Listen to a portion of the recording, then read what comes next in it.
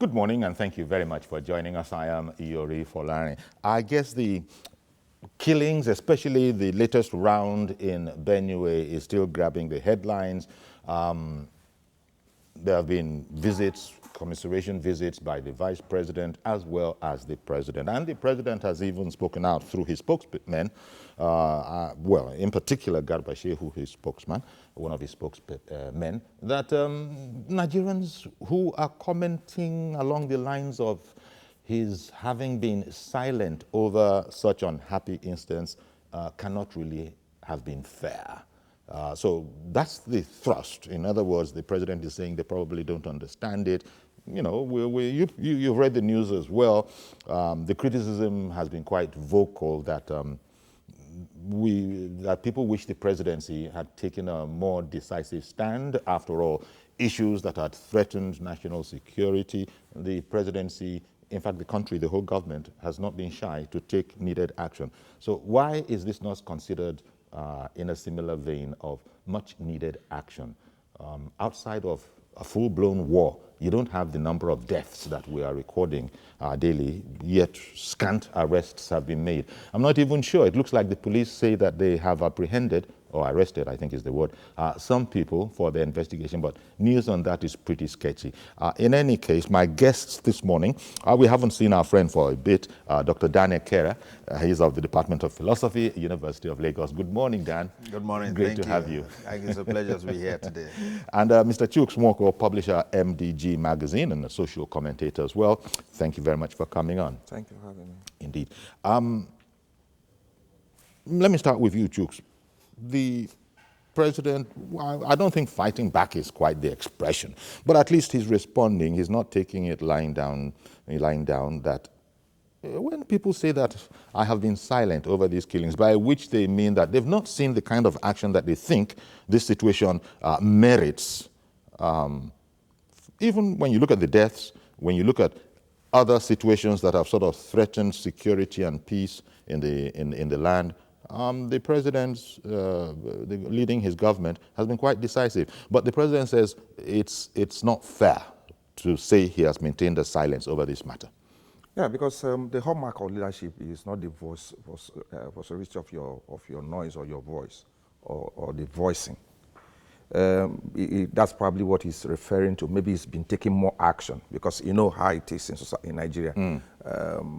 That will just talk and yeah. No action. Yeah. I don't know how many times I particularly have sat down here and been all over these things. And I've watched a few of your programs where you have brought security experts, both on this platform and other platforms that you have in this organization. So it's just persisting. We're just constantly losing lives of, our own citizens, which is terrible. So maybe, and I guess that what he meant is that I've been working on the ground, doing more work than, speaking. Okay. But bottom line is that whether he's been speaking or he's been silent, we need to stop losing our citizens. We need action. Yes. People need to see discernible action. Not just action, we need to see effective action where there is a stop to this loss of lives. Indeed, because Dan, I suppose the hallmark of governance is that not only you can't just sit down there and be twiddling your thumbs, which I can't imagine the present administration is doing.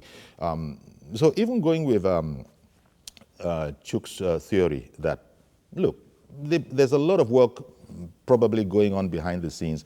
Well, it's all about communicating it so that the people are aware of what is going on. The way it looks, it's like wave after wave after wave, we come back and we say the same kind of things. This is abominable, this is objectionable. The vice president was saying it must be condemned, this is condemnable. He's gone over there, the president has gone over there. But all of these happen after the next wave of killing. And well, now the president is saying that people are unfair when they say those kind of things, and that they are saying them for spurious reasons, among others. I looked at the quote that has been widely used. It's also on the front page of The Nation that some people are saying that because I look like them. quite frankly, I didn't quite understand that. I didn't understand that myself. Thank you, Yuri. I think that we need to be very clear on what we are, talking about and what we need as a people. Nobody enjoys his brother or sister or child, being killed. And if you employ, somebody to do a job, all you want to see is the job being done, not all the preparations he or she is making. Nigerians are the employers of Mr. President, and they are not satisfied with the actions of the president with respect to stopping. Well, it's hard to use that sentence you just used, that yes. Nigerians are not satisfied. Yes. You probably might say that you personally are not satisfied. No, I'm not the one who wrote all these things on the papers. No. But there are a lot of write-ups there suggesting that we are not satisfied. We are not satisfied. Do you think that's a Nigerian generally thing? Because there's been some explanation that it's an unfair that is from criticism. The presidency. Those in government are the ones saying that. But we employed them. We are the ones to tell whether we are satisfied with their performances or not. With respect to the killings, they've not done enough. They could have put in place a lot of strategies. Well, among which I am hearing that... but we want to see the killings stop. Because each time you hear, government is doing this, government is doing... The next minute, you hear a lot of people being killed again. Now, it is Plateau. Now, before then, it was Benue. I remember there was a time even the governor of Plateau State was even saying that he cautioned the governor of Benue not to, sign the anti-grazing law, Now, I don't know if he has signed one too, which is leading to these killings. So you can see the trend, the kind of events that are happening. Police is saying it is something later 100, and the eyewitnesses are saying it's about 213 or thereabout. Now, let's even assume there are two. Should we be killed for nothing in the name of maybe cattle were rustled and all the rest? Who are the cattle rustlers? Is it these children that were killed? Is it the women? Because the point that you make is an excellent one, especially from the point of view of the victims and the families of the victims. Of course. Whatever it is that you're doing that is not bringing, sort of checking it just looks like I'm not even a member of any of the family of any of the people who have been affected. But I'm saying that even me, I'm angry with it. You see, because these are human beings. You can't compare the life of a human being to that of a cattle. Because if the idea is that maybe some You're referring to the statement of the Meyati Allah spokesman who said that this was a revenge attack. Yes, but however, there was a case of the killing of somebody, a child and all of that, which was bad enough. Now, to visit more killings on that is even worse. It shows that the people don't even have confidence in the system of justice. Well, because ordinarily, if the police is actually acting the way it ought to be, the killers of that, boy or girl, I don't know the sex now, should have been by now, arrested and arraigned before a court of competent jurisdiction. And if you see that such a thing is actually being done, then you will have some confidence that at least justice will be served in the course of time. But when nothing happens, then people are likely going to resort to self-help. Now, in the course of self-help, you inflict injury on somebody else, and chances are that person will even have greater, instrument of violence, and the next thing is that he does a reprisal attack. Thank you. You see, I wonder, Chooks, if there's some sort of confusion being injected into this conversation, this general conversation going on, and that's the fact that Mr. President is indeed a Fulani. The people, are thought to be Fulani who are, perpetrating all these acts. But isn't that something of a distraction? The president has to come from somewhere. To now go as far as saying that, as one caller did say when she called in yesterday, that it was because the president was a Fulani man, to which we have said, come on, we dissociate ourselves from all that kind of sentiment. Absolutely. No. Let's not go there. But then Mr. President himself brought the matter up in saying that they say because I look like them. Yes, because that's what we have become as a people. And that has always been my fear every time I come here. Observe me, I'm so sober. Because if you have any little scintilla of empathy, you don't need to know these people that have been killed. They're Nigerians.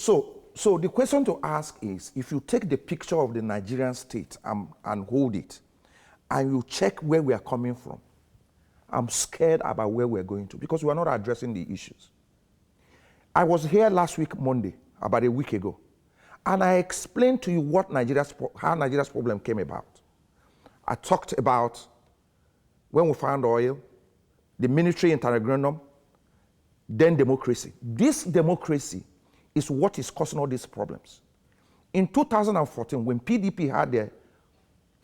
When you say democracy is creating problems, we have no option whatsoever to democracy. We have option because we have existed here. We have lived here for so many years. And that last week, Monday, I came here.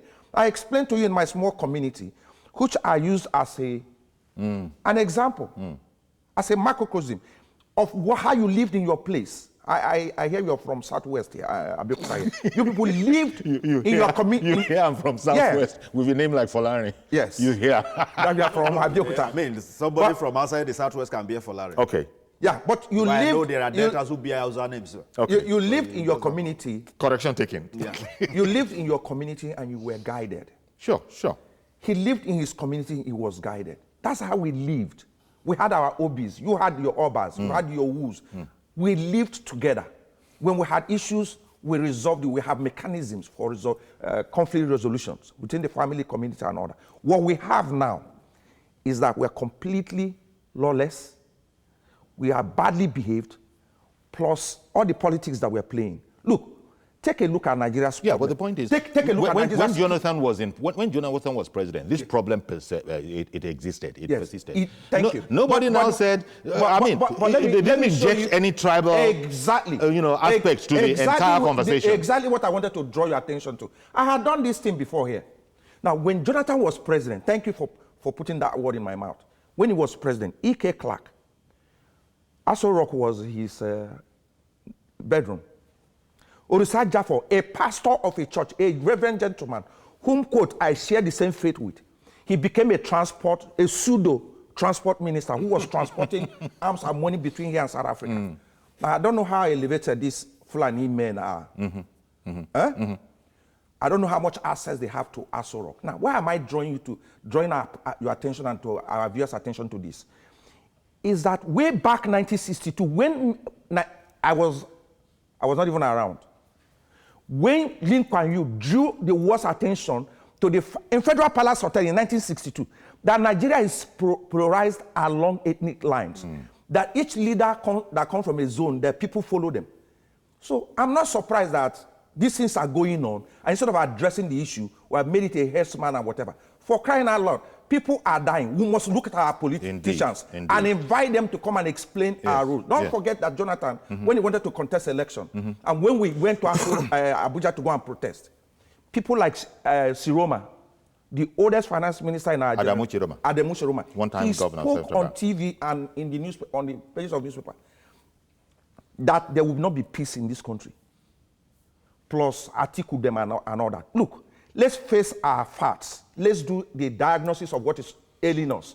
We need to ask our politicians to stop destroying this country. Yeah, because Dan, if I go by that analysis, you don't need to go by the analysis. That's my perspective to what is going on. Mischief in this tribal element being injected into everything that we do. That just because Mr. President happens to be a Fulani, he has to be from somewhere in Nigeria. You now capitalize. These politicians must stop killing our citizens. And Mr. President had said that politicians were taking advantage of this situation with an eye on the 2019 presidential election.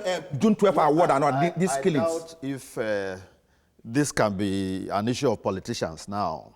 Because how about the mischief element of always injecting the fact that Mr. President is a Fulani man into this matter? But indeed, he's a Fulani man. That is what we said. It's not in We've contest. We've said it. And it's but only a cattle area. He has cattle. He declared some. Yes. That is not in contest. The question is whether he is part of, that is, if he believes in this particular struggle of the Fulanis who are busy, the ones who are killing, You know, we cannot say the president is part of that. Yeah, exactly. Obviously, exactly. Yes. But again, he needs to prove that he does not support them by way of, you know, taking the kind of action that will prove to the people that he's not covering, he's not shielding his people. Sworn an oath of allegiance to the Constitution and the Federal Republic of Nigeria, which constitutes everybody. Yes, that those who kill people should be left alone. That he was going to be free, fair, and rule in accordance with the law. He was going to maintain the law. Without fear or favor. Yeah, he was going to protect and defend the Constitution. Yes. And the Constitution says that people have a right to live.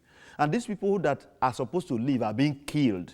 And you have not dealt with them the way killers are dealt with. That is all that is raising the suspicion. Let us, for the sake of this conversation, even agree where you got to that. Yes. Yeah, that far. Yes. But this lapse, let us for the moment accept that it is a lapse for the sake of this conversation. This lapse, is it because he's a Fulani as opposed to a Biroma man? Or is it because he's a Fulani as opposed to a Yoruba man? Is it because he's a Fulani as opposed to an Igbo man? That is the element of confusion that is being injected into the matter. That is not even the major issue. But however, you can look at it from the major issue is that people are saying that Mr. President is not doing enough. Yes. That the government is not doing enough. He's not doing enough. Not because he's a Fulani man. Not because he owns cattle. But the truth is that he's not doing enough, because each and every day you what's the measure of not doing enough? That these killings continue. Continues, and the same set of persons, and he already knows their source. I agree that he's not doing enough. Yes, he already knows but to tie it to the fact that it's not because he comes from any particular section of the country. The man is not doing enough, and the reason he's not doing enough is because the people who are doing this thing are hiding behind the veil. Yes. And I stand and I sit on this television program to say that it's the politicians. That there's mischief in the land. Yes, the politicians. They live in buildings with high walls. And that's where they perpetrate this thing from. So the politicians are the ones who are now, they are the ones instigating this. They are the ones doing. The people who are doing the killing. So it's difficult for the president. It's not difficult. It's just that's the competence. And it's not a president issue anymore. It's our national issue. Dan, you are aware. We have given the president the authority. He cannot do it. Evidence shows that he cannot do it. That is incompetent. So it's our responsibility. If you are saying that the president cannot do it, you are indirectly admitting that the president is not competent. And I don't think it should be an issue of incompetence. I can never say that it's not incompetent. We have insecurity. But you say he cannot do it. Perpetrated by Nigerians, and we must address those Nigerians. His job. But again, I want to address the issue of democracy. Dan, all right? Maybe you go there from what I want to say. The herdsmen that we read about and that everybody knows, they don't necessarily own that, those deadly weapons. No, they don't own those 2,000 heads of cattle that they are busy driving up and down the land. These herdsmen owned by rich men. Owned by other rich people. They are mostly employees. Yes. They're masters. Yes. And yes, they devote their life to it, but they are not the owners. And that's where perhaps a lot of us think of the herdsmen as the owners of the cattle because they would stake their life to that cattle. But we are told that rich individuals own these cattle. Those cattle are it's effectively a business. Beautiful. It's a business. And there are powerful individuals, businessmen, politicians that own these cattle and hand them over to the herdsmen. That is not in dispute. That they are owned by some rich men who could be politicians, who could just be businessmen. Yes. That is not in doubt. There could be that possibility. But is it the rich men who are equally going about killing people? But now, we are talking about for a moment that they should be influencing the behavior of the herdsmen. Now, get it this way, Yori. If the government has this information, because there have been messages from government quarters that is politicians. Even Garbashir has made that kind of statement that politicians are the ones who instigated it. So it means that you already know where the problem is coming from. Okay. What stops you from arresting those politicians? So it shows that you are either complacent, it's either that you agree that politicians should kill people, and you already know that you are afraid of arresting them or dealing with them. Because Chuk said something. He said a lot of our problem stems from democracy. And that is why I wanted to say that democracy is not a problem. Democracy is not a problem. Because there is due process. When you say democracy is alien to you can only move in a certain way. No, you can't do what you said. That look, we know where this whole problem is. Let's go there. All of you guys are under arrest. We can't do that. We can't do that. We foolishly it is not entirely true that democracy is alien to us. It is not.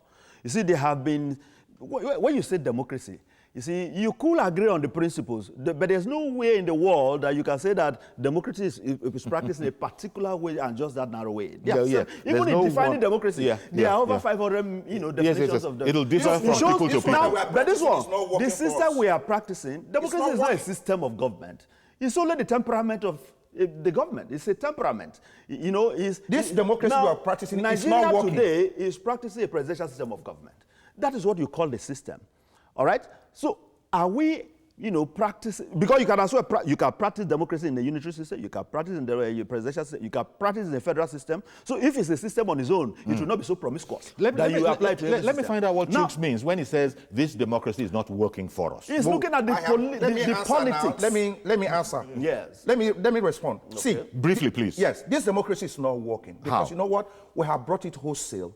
And we have not deemed it smart to modify it, personalize it. Yes, to suit our culture and our way of life and all that. So we have taken American democracy, presidential democracy. Beautiful. Wholesale. That is the word. Do you understand what I'm saying? Presidential. And 20 years after, we haven't woken up to realize that it's not working. Look, how does all of that factor into the present problem that we have, where people are continuing to kill? Look, the way it factors in subsistence farmers. Absolutely, the place where it and nobody is apprehended. Absolutely, the place where it comes from.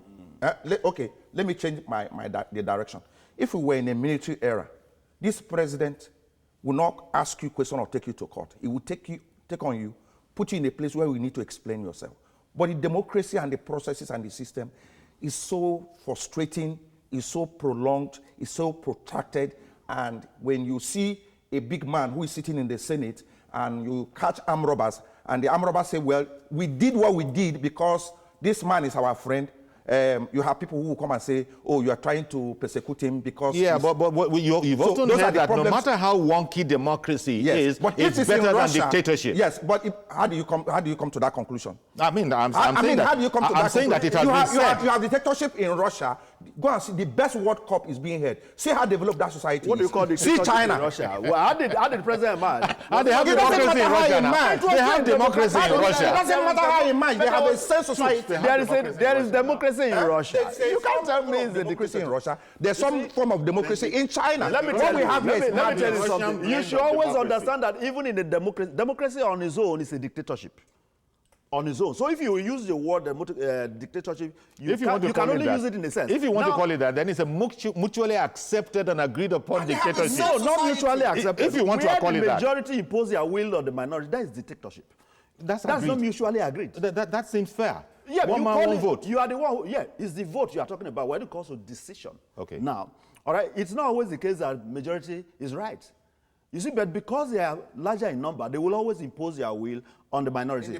In that sense, you can talk about dictatorship. But it's not the kind of dictatorship that you will trace to military regimes and the rest of it. All right? They are two different realms. So the challenge really is not that very interesting. You see, when university grounds are arguing for, are pushing forward this kind of if you have not had the sanctified common sense to modify what we have had in the last 20 years, I can go for anything outside of what we have, because what we have right now, we are talking about where we have more.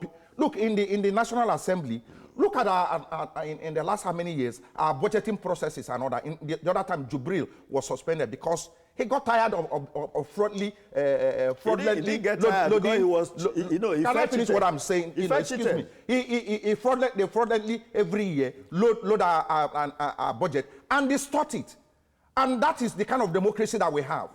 Nobody has been punished for that wrongdoing. Now you want to punish people who have... Guys, was part of that. If I understand you, gentlemen, you are saying our system of governance is getting in the way of being efficient in terms of state and law and order, maintaining law and order in our state. That inefficiency is not entirely a function of, democracy.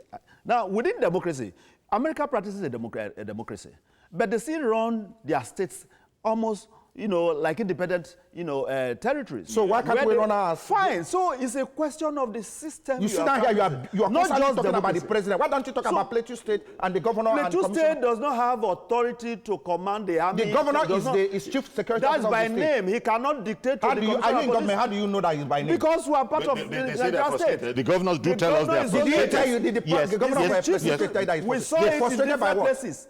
He is the chief security officer by name. He cannot dictate to the commissioner of police. He cannot. We Look, saw it happen. we asked the question that I don't know how irrelevant it is. When IPOB was getting restive, the government wasted no time in putting it down. No, they spent a lot of time. What time? It took a long time. It took a long time, Yori. It took a long time. If they wanted to nip it in the bud, they give them leverage. What led to them nipping it on the bud, I don't know, but it took a long time. Because they were trying to be fair. But once they saw that there was no common room. But let me make. They moved in. Which one is more dangerous, the killings or IPOB? Can I make this point so that our viewers can benefit from this discussion? Can I make this point? The danger of our democracy, or the kind of politics that we play, is the reason you have the security agencies not being able to. Somebody was saying, oh, the commissioner of police or the inspector general of police should be non-partisan. In our democracy, come on. We need to begin to think of modifying the democracy. I am not averse to democracy, but I'm saying that this whole democracy is not working. Our politicians are the reason why we are going through. I don't want us to stray too far from our topic. So our topic of conversation is that the president has denied being silent. Now that's where the issue of democracy came being from. silent over these abominable killings. Yes. You know, that's what we've been looking at. They come to television, say something to us, but they go back. They are the ones instigating all this violence and taking other people's children. You know, I think we're going to go on a break now, because I'm sure people at home, they've been patient that these people won't put phone, because we need to contribute to this whole matter. Indeed, we'll take a break now, but stay right there where you are, please, because when we come back, we will open the phones.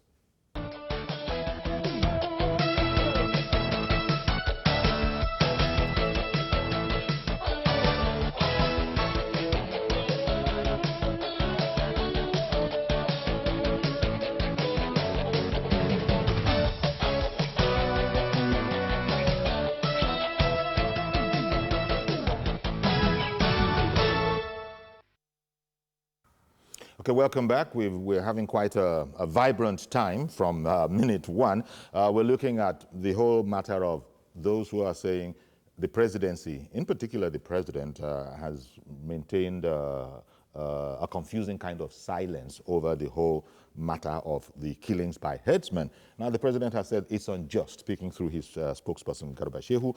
The president is just, you know, getting all sorts of criticism. I think the House of Reps has said that he's not doing enough. The Committee for the Defense of Human Rights, you know, has said that the federal government itself has failed as far as these matters are concerned. But, you know, the president, one other paper is saying here that the president is to put more pressure on security chiefs in relation to this whole matter. Now, we've had this conversation from the beginning. We want to hear from those at home as well. It's all right. We often hear from politicians that those of us outside here, we're experts. It's like football. It's like Nigeria's performance yesterday. Every Nigerian can sit down here and tell you how it should have gone, what they did wrong. They say sometimes it's like that in politics. Until you are in the coach's seat, until you become the president, until you become in governance. That's what we've been hearing often. I hear someone is coming in. Shegun in Egbeda, good morning. Go ahead, please. Good morning, Yori. Thank you for calling in. Good morning. Good morning, Kerry and Woko. Yes. Thank you. Morning, good morning, sir. sir. I listened to you attentively this morning, and I found out that the killings in this country is normally done by the opposition. How do you explain every day, every crisis, in a particular, you think we don't want peace in this country? Sir, if we search our mind, we go to Benue today. Alan Sosa was arrested because he was communicating with a wanted criminal from that state. What is that? A lot of people, I didn't like exactly what Kerry was saying. He's my colleague. But I find that as being economical with truth. If we want peace in this country, sir, the opposition must come together, sit with the, the current government and iron out things. Yes. Not every decision is taken by the opposition. When you say Ekere is your colleague from the university community? Well, we are together. I know him very well. Dan, Okay. I know Dan very well. Okay. So, sir, what I'm trying to say is this, sir. Maybe. The opposition must sit, sir, Well, say your mind. Say your mind. The opposition must sit with the Buhari government. Okay. That's how we can sort out this issue. All right. Okay, look at the situation whereby... Because your theory is that it is the opposition that is doing these killings. The opposition, sir. Okay. You can't rule that one out. All right. Okay. Thank you very much for calling in. Appreciate your call. So, We've got to take as many calls as we can get. What it meant is that when Boko Haram came up, when PDP was on board, it was the opposition that brought Boko Haram. That is what he's saying. And that if there are armed robbers today, it is opposition that is into Jonathan told us that much that you don't do that that Boko Haram is inside his government. Yeah, now, so did he say it was opposition? He said even in his government. They are opposition now. Beautiful. So it means that his government was made up of opposition. Yes. That's what you are saying. Because Jonathan said even in his government, there are members of Boko Haram or those who are loyal to them. So it shows that even within the PDP, there could have been. How can we just say, make such a sweeping statement that once there is a problem, it is opposition that is doing it? Who is the opposition? When the president said that politicians are taking advantage of the situation, yes, I don't think he was meaning his own party members. But he didn't say opposition. He said politicians. Yeah, but we're continuing. But he has opposition within his party. Does he not have any opposition in his party? Is everybody interested in his coming back? Are there no members of the party who want to take the office if they have their way? So how can why do we always look at the other side when the problem is your own? You see, so let's even assume there is opposition. Let's even assume. Yeah. What is the duty of the government? So identify the opposition and pick them up. Okay. YAQUB, good morning. Yeah, Chief good morning, sir. Thank you for calling. And then good morning to your two guests in the studio. Here we are again. Chief, you see, my illustration yesterday, and then the president has confirmed that. You know, when I started talking yesterday, I said that if you fail to give a dirty slap to your sibling, the people that are living around you will always look down on you. Now, you are not telling me... This dirty slap, horrible. I don't think... You can't give a dirty slap in a democracy, but carry on. See, you can do that. Okay. You can do that. See, Chief Jolly, I don't think anybody loves Mr. President more than me, except his wife and his family. Okay. You see, you cannot... And a lot of people feel like that. Yes, you cannot not telling me today that it is an opposition. What is the primary responsibility of a government? If you say that it's an opposition, that means that you have identified them. Go with them, pick them up, let Nigerians know that this is the fight with God. Indeed. And that is the people behind this killing. Now, let me tell you this. I watched this TV earlier when you were in news program. There is one guy lost 11 families of it. 11 families. And then this guy says that he can be able to identify these people that killed his family. See, until our Nigerian constitution change, a situation whereby the killing on is going on in Benue and the Plateau State. Yes. And then you expect the commissioner of that state to call the presidency before you go on to hack. Until these people brought a book, and then they send them where they belong to. This thing will continue. Okay, let me tell you now. Sorry, YAQUB, I got to let go of you now. I really beg your indulgence. I got to let go of you now to make room for other people to make brief comments. The other point that comes out of all of this is that it has been observed that, wait a minute, government has so much by way of devices, equipment, and what we call intelligence to know much more about these kind of matters than we do. To now, as they would say, critics would say, pretend that we don't know who is behind all of these matters, a lot of people find unbelievable. That's where... That we're being economical. That's why I told you that if you check where we're coming from, where we are and where we're going to, you'll be scared of where we're going to. See what politics has done to us is that even these agencies that are supposed to be non-partisan, you don't know what this politics has done. You don't know. So if this man speaks now, because he's been accused of being silent, of not speaking out, every time he speaks, you see all these declarations, you see all these, perversions, you see all these whatever. Maybe he's walking on the ground. But I can tell you one thing for sure. The issue of those, of our people who killed 33 people, and one other thing that I don't like that is going on in the media is that if you go to Cross River State and Akwa Ibom State and see the amount and the quantum of life that is being lost there by rival court members and all that, it's not being reported. What is being reported is this thing that is going on in this Benue, Adamawa, and Plateau Axis. The point here is that this politics has destroyed our nation, where life has lost its meaning and its essence. And so Buhari, what can he do into the future? But there's the a next problem. president, what is he going to do? There's a problem when someone comes out and says 300 odd killings, although the police admitted only 86, haven't seen only 86. Even if it's two. Increase it to even 100. They have increased it to 100. I think so. That, look, it's a reprisal attack, and that there's not going to be peace, that was added, if the situation does not change. Mazi OKOROAFOR in ABIA State, good morning. Good morning, sir. Good morning, our guests. Good morning, sir. I thank the guests. At least they are giving us the analysis what is happening. You see, the military dictatorship in Nigeria created this problem Nigerians are facing today, where all affairs in Nigeria now channeled to tribalism and religion now. Mr. Yori, no government can stop this killing until we agree that we are one, no matter your race, no matter your religion. Look, after the Civil War, what is happening in the East? Now in Itu, in Arch, they have a limestone. Itu people and Arch are still fighting today as I'm talking to you because of the limestone. Now what happened? The Commissioner of Police Civil Affairs, he went and saw what happened. They certainly were away, but people are still fighting there. Now we are talking about the killing. You ask yourself, if they say it's a cow, can the local government authority or the people or the youth settle all these things? It's very, very easy. Okay, how much is the cow? Give us the amount. We sit down and say, okay, we don't have the complete amount. We'll be paying you gradually. And this will settle.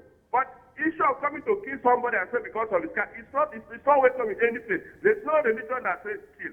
Killings are too much in Nigeria. We have to stop it now because at the end of the day, after 10 years or 5 years, people that you have killed, they'll come back again to do what? Reprisal attack.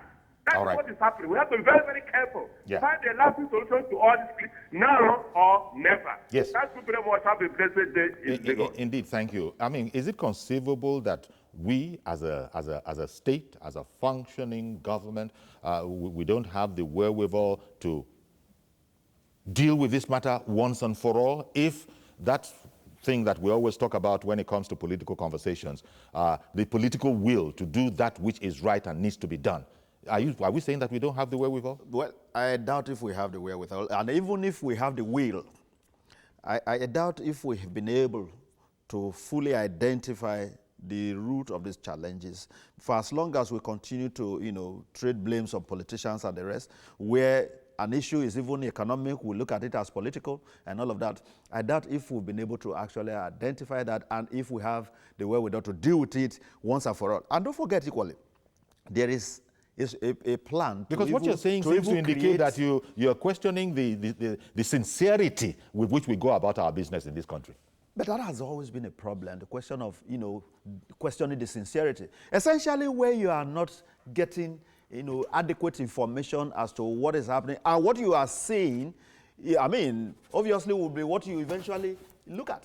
So what we are seeing at the moment is that these killers, particularly Benue and Plateau, and the other states are more of people that have been identified as Fulani herdsmen.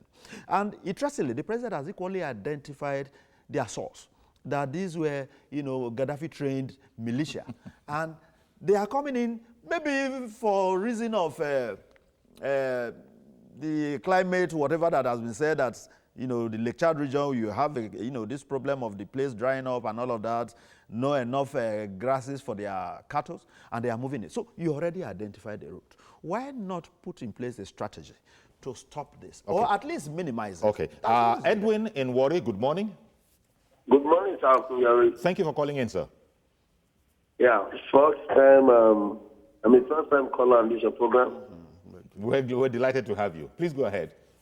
Okay. Sir, please, let's get the fact clear. I believe that when this government was campaigning for 2014, before they got into power, one of the things they promised us is security. And they told us, Mr. President told us then, one thing they campaign about is about security. But the security, even though the problem was not totally addressed, but at least let it be reduced. Rather, it is increasing and it's increasing, and you are coming to tell us that it's politics or politicians. We, the commoners, that are dying every day. We don't want these excuses. And they go about campaigning for how they will come into power 2019. They are not even care about the people that are dying every day. All right. Thank you very much for calling in. I got to interrupt just so as to make room for other callers. This whole problem of security, I don't know. He touched on it, that we were promised that, and from what he is saying, it is his own considered opinion that we don't have that. There are those who are making the arguments that strides have been made in security. We're nowhere near home and dry. But to say that, you know, no advances have been made in security, whether just take security as a composite, whether it is Boko Haram, whether it is this, whether, you know, that we have made advances. Maybe you're sort of aware that poverty, insecurity, and other vices is a global phenomenon. But specifically addressing our issues, we all have a role as citizens to play. How do I secure myself? How do you secure yourself? How should Buhari and the military security agencies, do they have enough equipment, or is this an excuse to begin to budget money, or is this just to cause distraction as the elections are coming, to give a dog a bag name so that you can hang it and on and on? I have always come here and said that Nigeria should be priority to every Nigerian. From all the things that Buhari has said when he went to Benue, when he went to abroad and all that, it's an indication that this is an overwhelming situation, both to the previous government and to him. So what role can we play? Indeed. Super in Victoria Island, good morning. Great, Yori. Good morning, sir. And my two uncles in the studio. Morning, Thank you, morning, sir. Uncle Yori, do you remember the time of Don Wani? Don Wani was taken care of in less than a month. Offer, in less than 3 weeks, Offer was taken care of. If Mietiala can make a statement that the killing of these people is a reprisal attack of their 100 cows that are being stolen, don't you think we should be pointing finger to somewhere else, Uncle Yori? Why all these killings? We are tired of, we are no more, nobody feels safe anymore. Even if you are walking on the street, you don't even feel safe. You are in your house, you don't feel safe. You are at the airport, you are in your office, you don't feel safe. Please. Okay. Let the government not have us to feel that something is wrong somewhere. Action, please, Uncle Yori. Action. All right. Thank you very much, and have a good day. Thank you very much for calling in. I don't know, that whole question about it's important to, is that last point you made, or not last? Action. That point that Nigerians don't feel safe anymore. Yes. I'm not sure. No, I'm not sure. But we don't feel safe. There are areas where indeed people feel like that, and we understand it. You feel safe? But to say up and down the land. No, people don't feel safe. Up and down the land. A woman in my home was killed with her grandchildren. The boy who did that thing is known to all of us. Till today, police has not found him in Delta State. Where I come from, there are two young men that are riding motorcycle and carrying gun. It's a palpable fear. So, I hear you, but psychos are psychos. But psychos exist everywhere. No, I'm not talking about psychos. I'm telling you about insecurity. Okay. If you follow President Buhari's speeches all around, you notice that it's an overwhelming problem. Okay. What I have as an issue is that we must find the root cause of this problem so that it can be nipped in the bud. If it's all this... when you say we must find, you're assuming that we don't know it. No, because everybody's pointing fingers, like the last caller said. Okay. The guy that was picked up in Enugu, that was based in Port Harcourt. How many months? In less than a month, he was taken out. If it is HERDSMEN and all that, whoever it is, but to find these people is difficult. That's why you've been taken out. Okay. Opera in VI, I'm coming to you, Dan. Good morning, Opera in VI. Yeah, okay, good morning. Good morning, sir. And good morning to the guests here. Morning, sir. Okay, this is our country and our nation where lives are not valued. Look, the government of the day promised us security and we have not seen anything. What happened in Niger Delta? We have soldiers there doing nothing, telling us they are guiding pipeline. While lives are being lost, why can't they take them to that place and then they recover the whole arms? Every state is recovering arms from all people. Let them take them to that place and recover the arms of these people. Why should that state be left alone? All these states that killings are taking place. Please, the government should save lives. We are tired of this story every day. They will come and tell you we are going to bring the perpetrators of this act to book. They have been bringing them for book for long. Okay. What happened in Taraba and the rest of them? 2 people killed these people. They were judged, sentenced to death. But these people that have been killing have not been apprehended one day or judged. This is not. This ethnic cleansing is very bad. Thank you. Thank you very much for calling in. The president has called, he went to Jos to commiserate. He has called for prayers to and for an end to come to this insecurity. His vice president has made similar overtures. He's also visited. And the United States themselves, you know, actually commenting on things around the world, have said that they demand that the killers of the Plateau killers be brought to justice, be brought to book. So in the midst of all of this, here we are having this conversation where Nigerians themselves are not happy about it. Nobody would be happy about it. But the issue now is the government doing enough? Because if there's a sense in which if the government was, because this criticism is coming both from supporters and, shall we say, legitimate opposition, but both are united on that point that they seem to think there's room for more to have been done. Of course. Both parties. YAQUB said that nobody, apart from Mr. President's wife and children, nobody, he must be the next person in terms of who loves Buhari. But nevertheless, I've not seen enough. I don't get the impression that we've been exhaustive in our quest. Yeah, but you look at it from the point of view of, you know, the kind of security strategies that are put in place. Now, you note that killings have been going on in particular area, and you don't have adequate, you know, arrangement to secure the area. How many police deployments do you have there? How many policemen? How many policemen do you have? What about the army? How many of them do you have on ground? Because this thing has even gone beyond the police. You find people coming from bushes. You think we're overwhelmed? But indeed, the police is overwhelmed. I'm not saying we are overwhelmed. The police is overwhelmed. But even Miyetti Allah said that when the army went after, you know, alleged killers, the suspects, I beg your pardon, that they were shot at and still managed to escape. Yes. So, you see, shot at is one aspect of it. Even the statements of the Miyetti Allah leadership suggest that they have a hand in some of these killings. Abubakar in Jos. Good morning. I don't want to keep. Good morning, Abubakar in Jos. Good morning. How are you? Very well, thank you. Well, I thank you very much for this program.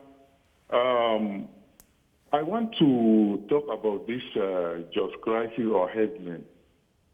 What is actually happening is that whenever something happens, they will say headsmen, headsmen. The government is not actually looking at the critical causes of this thing. But if something happens, look at what happened, the killings now in Jos. It is like it is one-sided.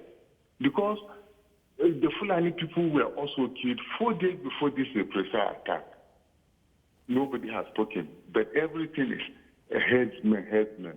My neighbor was coming back from Mangu market. All the Muslims inside the vehicle were killed. Are they headsmen? So this thing should be properly be addressed. Or otherwise, we continue to say headsmen, headsmen, headsmen. Is the government, are they above the law? Can government not take good care of this issue? But the issue of Plateau State, there is something beyond headsmen that you people are saying headsmen. It's exactly. All right. So, yes. So the remote causes of this, especially the one in Jos or Plateau, not matter of headsmen. It should be critically looked into. People should, critical stakeholders should please be appointed to look into this. Or otherwise, we will continue to say headsmen, and there will be no headsmen. Thank you very much for calling in, Abubakar. Also, do you know that I drew your attention? You know, he addressed the point that Miyetti Allah's spokesman mentioned that, look, people should not just throw out, you know, their side of the story, which I think the fact that he put that into the conversation would seem to indicate that that was his experience or their experience, that nobody wants to hear from them. Nobody reports it. You know, yes. Nobody reports it. But you know, the point I take from what he said is that not long ago, the ABIA people in AROCHUKWU area and the people in Cross River or wherever, they had their own issue. Long time ago, we used to have Dumuleri and Aguleri people have their own issue. There was a common thing that was a problem. Currently, Ebonyi and the people from some state near them, Cross River, a particular local government, they have issues. So we have to always find out what these issues are. Because Abubakar was stressing that. So the media, that you have the media constantly interviewing this Meiti Allah as if he's the only prominent Fulani man in Nigeria. Yeah. I don't understand it. Dan, when Abubakar was saying that just bundling everything up and putting it at the doorstep of herdsmen might be a mistake, that, well, he was cryptic, but the plateau situation, to be saying it's herdsmen, you're not looking, was his opinion, you're not looking at the real issues. Yeah, does this not go? We said it before that we need but to actually identify. Even Mr. President himself, alluded to it. Exactly. Yeah, but we equally, you see, while I agree that we need to look deep to actually understand the basis of some of these crises, it is equally the responsibility of government to secure lives. It is. I'm not in doubt as to there could be other reasons, but again, the one that has already come up to make declarations, you start from there. Yeah. After all, when this government came on board, they didn't start investigation from Chief Obasanjo's tenure. They started with him, the one that handed over to them. Yes. And people were saying, oh, one side, but obviously that is where they should start. Yeah. Now that this thing is like this, we've heard statements from Miyetti Allah. They might not be the only one, but at least they've made statements that suggest that they could know something about it. Start from there. Okay. Now, nothing wrong with that. Okay. Then beyond that, you see, you must always, apart from communicating whatever strategy, thing you are doing to the people, you must always, ensure that you do things in a manner that will not present you as if you are taking side.